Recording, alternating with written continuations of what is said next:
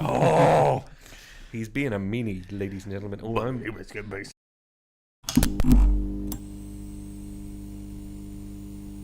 Hi, everybody. Welcome to Hear Us Out. I'm Patrick. And I'm Paul. And in this episode, we're going to take one of your wonderful suggestions. Somebody asked us what we thought, or what video games we thought would be good to turn into movies. Yeah. And it's something that we kind of kicked around a little bit before, but I think it was the way the question was phrased really got us both thinking. Yeah. Our original thing was like to bring up which of the video games movies was the worst. Yeah, well, and then what video game adaptations have actually like been decent. Yeah. So that list is too short to even make a whole video on at this stage. Well, no, I think there's plenty of film movies that have done terrible to the gaming industry. Oh, the terrible list is long. The really good list. Yeah, so like I think successes are rare, I would say. That's very Resident Evil 1 maybe, and like we can do the list now. Resident Evil 1 and it's the only one I'd thought of. And Assassin's Creed, just because it wasn't that great because it was Assassin's Creed movie, but right. It was decent enough as a movie / based on a game slightly. Right. See, I had heard it was so bad that I didn't actually even get around to watching it. No, it's not as bad. We're turning this into the Assassin's Creed review. Okay, so what we're actually going to do, and again, as always, and I've said this a few times, we've made a conscious decision not to talk about these things beforehand, not just so that we're not prepared, which we quite often aren't, but also to make sure that we can surprise each other and get some interesting reactions. So Paul doesn't know what I'm going to say, and I certainly don't know what he's going to say. So no.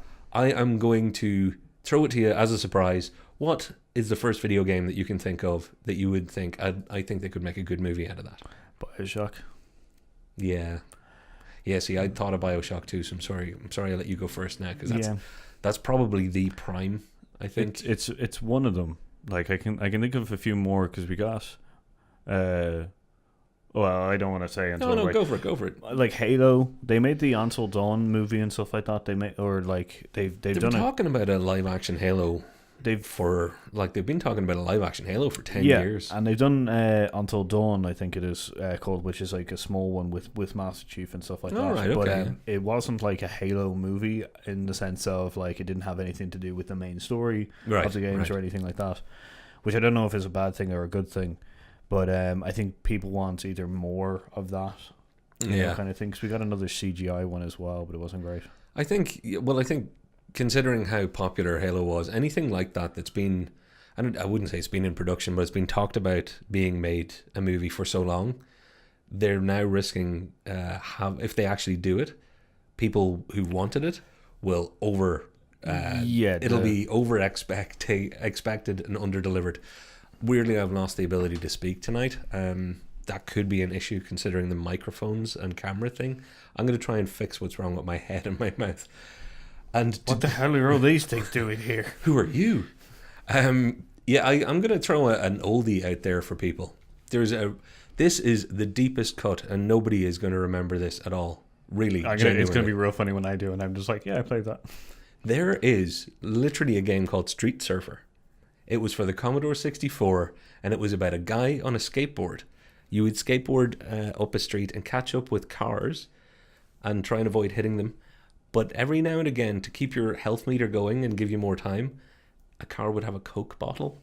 So if you got up alongside, you could take the Coke bottle, drink it, and the aim of the game was to get to the end of the stage and then recycle the glass. Because in 1982, or whenever it was made, recycling was the new cool thing, along with skateboarding, and I'm going to assume Huey Lewis's first album. Sorry, Huey, I'm not sure when your first album came out. The power of love. It had that feeling to it. But it was the most addictive game in the world, not because of its playability. The faster you went, the faster the music went. And that must have been jeered. It's incredible. YouTube the hell out of this one, folks. It's weird and fun. So you would literally have the music, the faster you went, make you more frantic. And it's because I saw Crank. The first time I ever saw Crank, I was like, we can finally make Street Surfer the movie. Because I was wondering how you were going to pull this back into making a movie out of it. And I guess Crank, Jason Statham. Imagine an environmentally friendly Crank.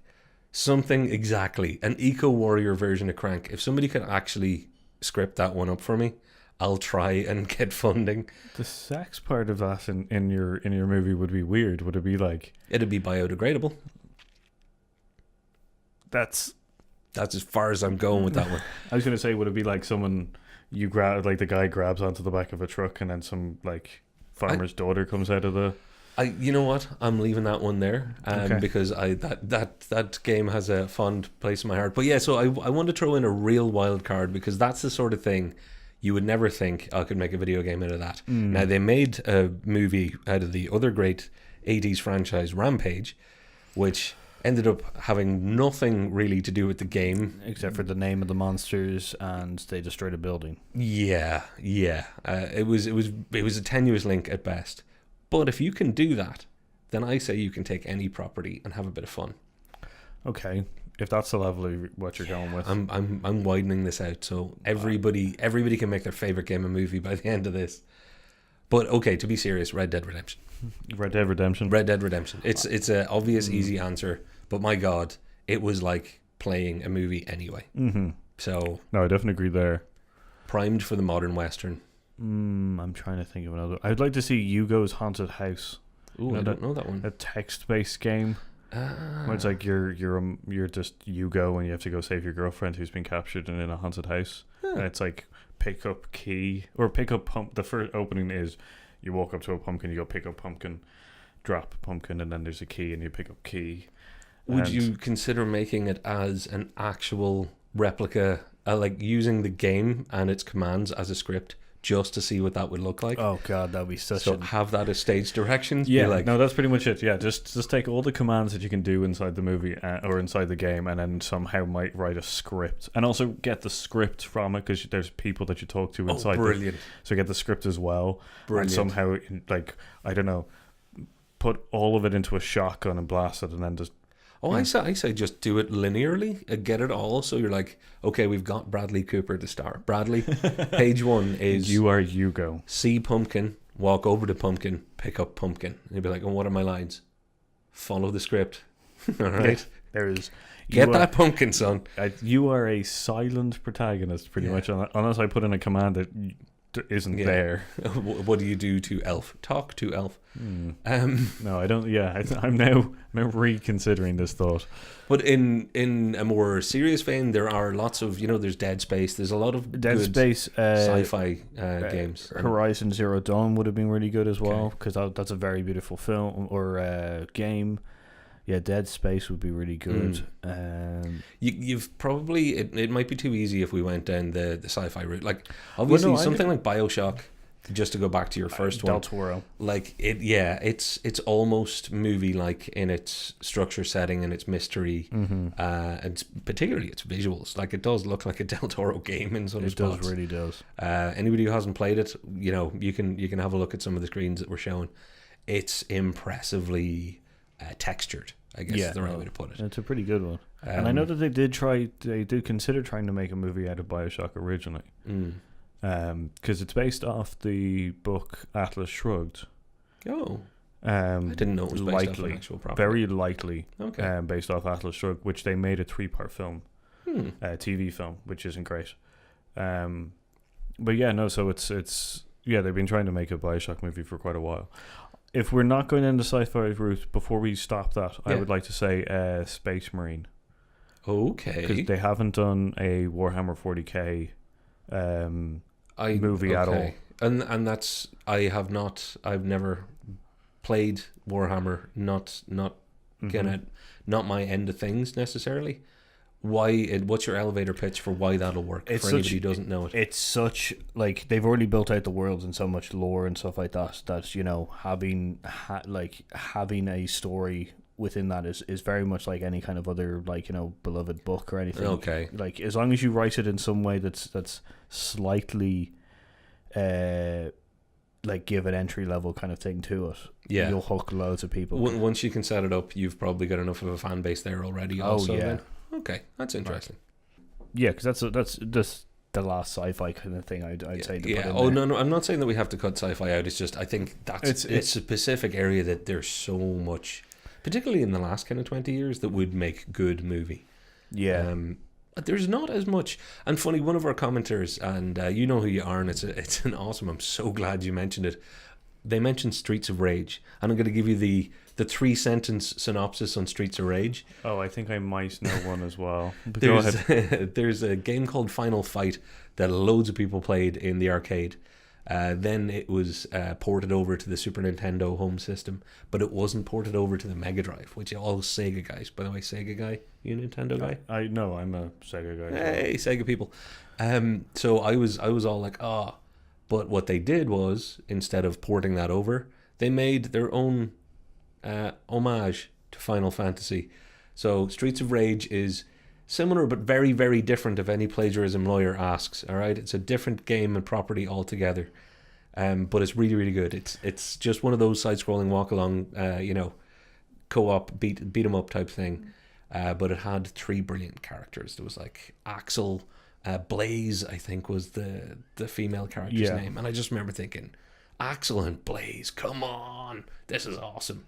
It had great music. It was really set in that kind of stylized grungy New York all the way to grungy Miami and back again. Because you also had the A button would call in the cops. What was it? And they would come in with either a minigun thing and fire it into the air, and then it would go back to your screen, and it would just start hitting the ground and stuff like that and killing. That might have been one of the sequels. It wasn't in the original, but it was possibly Streets of Rage 2. Might be that. Yeah, because unfortunately, I didn't have enough pocket money at the time to get Streets of Rage 2. And I'll be honest, I'd borrowed the original copy of Streets of Rage from a friend and just didn't give it back. Barry, I still have your copy of Streets of Rage, along with about 4 other games. Sorry. If we're going to go along the Sega Mega Drive kind of thing, Golden Axe. Oh, Golden Axe. Like, just... Do you know what? Because that would cover our fantasy movie role. Yeah. Because, like, you can't make it out of Skyrim. Skyrim would be an excellent choice as well, but it's a little bit too easy to do. Any of the Elder Scrolls kind of things are a little bit Golden Axe is an awesome choice, though. Golden Axe? You got a dwarf, a barbarian, You've got the... She's a mage, I guess? Like, she's kind of a magey kind of... Is she almost like a Themysciran type person? Is she like a Wonder Woman? What do you call an Amazon? Oh, yeah, maybe. I think I don't know, but she was awesome. I always played with her because I always tended to pick fast characters in games. I know you're a dwarf guy. Got a big that's axe, where you hang out with me. Big fucking axe. Big axe. But also that idea of collecting potions and summoning dragons, and it was one of the great moves that game had to go, if you don't have enough potions to get the full dragon, we'll give you the half dragon. Yeah. And it was also the barbarian had less magic. Yeah. So he had to pick up 3 potions, but his magic was less. The dwarf, I think, had 4, and I think the female character had like she had I think a double 5 slot or something like that. Yeah, which like gave her. She had the most powerful kind of end spell. Yeah, well, but that would be an interesting because there's a story there as well. I've just realised we've just started talking about video games. We're going to bring this back to movies as well because I think you could make that movie today very easily. The Golden Axe movie. Yeah. Oh yeah, no, but it's got a storyline to it that's actually quite interesting. Never got to see it because it never was good enough. But I'm sure it's there. Yeah, there are a few games that I would love to go back and finish, and it's actually one of them. I would love to know how it ends. Streets of Rage I did get to the end of, by the way. Comic Zone. What? Comic Zone? What's Comic Zone? It's about an artist. I would love to see this movie actually. It's about an artist who ends up getting drawn into his own comic by the villain that he has drawn. That is fantastically meta and over the time right now. That could easily be made also. So people would buy that now. I know. So that's the thing. So he's a comic book artist. He draws like this bad guy. The bad guy figures out how to essentially bring him into the comic book, and he gets released. And this was a game. Trying to, yeah. So the game was that you had to go through the panels of each of the comic books. So you actually had to beat beat the borders. Sometimes they would just be there. And you had to like hit them. And the main hero of the comic book was called like Power Blast Man or something like that. Right. But like you would collect, like you would get 3 items, and one of them was like a fist, and you would turn into the main character of the comic book. Gotcha. And like punch down, and it would rip across the pages and that's stuff. Fantastically so. Maybe a Scott Pilgrim type adaptation for that. You could really, if you gave somebody like an Edgar Wright, gave them enough time, they could make that work, I think. Yeah, no, that'd be great. And there is one genre that I really, just before we do run out of any time, there is a genre that we have to touch on that we haven't, that's very, very close to my heart. Well, there's a couple, actually. Top Gun is a perfect version of how you would make a flying dogfighting game in a lot of ways. Ace Combat or something, yeah. Exactly. Yeah, Ace and Ace of Aces. I love that game. But the genre that's close to my heart is car and racing games. To say that this has been tried and failed is barely even touching it. Like, what was that Aaron Paul film? Need for Speed? Need for Speed. Thank you. There was Need for Speed, which was a game. Oh yeah, it's a whole series. They also had another one. I think it also tried to be like the cheaper man version of Fast and the Furious. It was Fast and the Furious is popular. Have we got any game related titles? Oh, we have. We got a racing one. Is it anything like Fast and the Furious? Yeah, we got. Oh, it's just the idea of a racing game.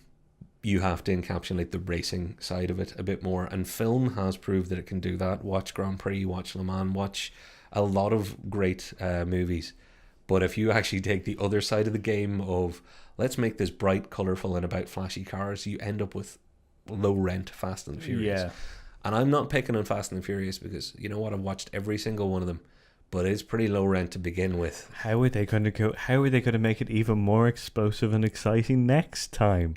Oh, that's right. Remove every single other character except for Jason Statham and Dwayne Johnson. Yeah. Okay, cool. What's that? The Hobbs and Shaw, or Shaw and Hobbs? Shaw and Hobbs movie, which I think is hilarious.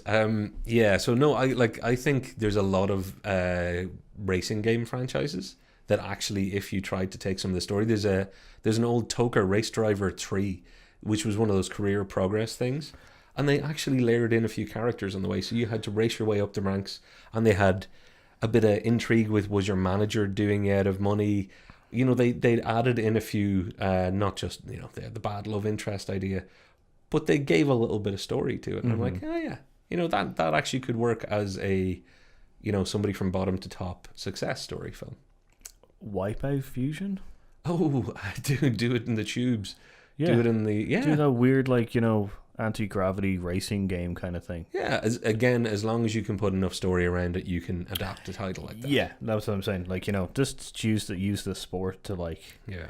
Because you could do any Final Fantasy. There's tons of games that you could turn into movies because it is a very kind of versatile kind of medium. Yeah. In the way that you have the scripts for stories and stuff like that. It's just doing them justice.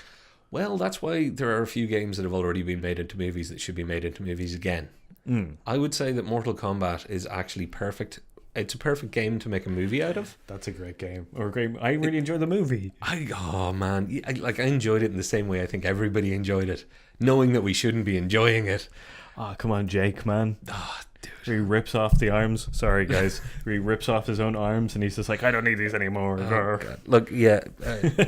With all due respect to all of the various Mortal Kombat sequels as well that I know I haven't seen, if somebody tried to make that, if they had never been made, if somebody tried to make that and actually made it more of a, you know, a series of competitive fights, like, you know, Enter the Dragon.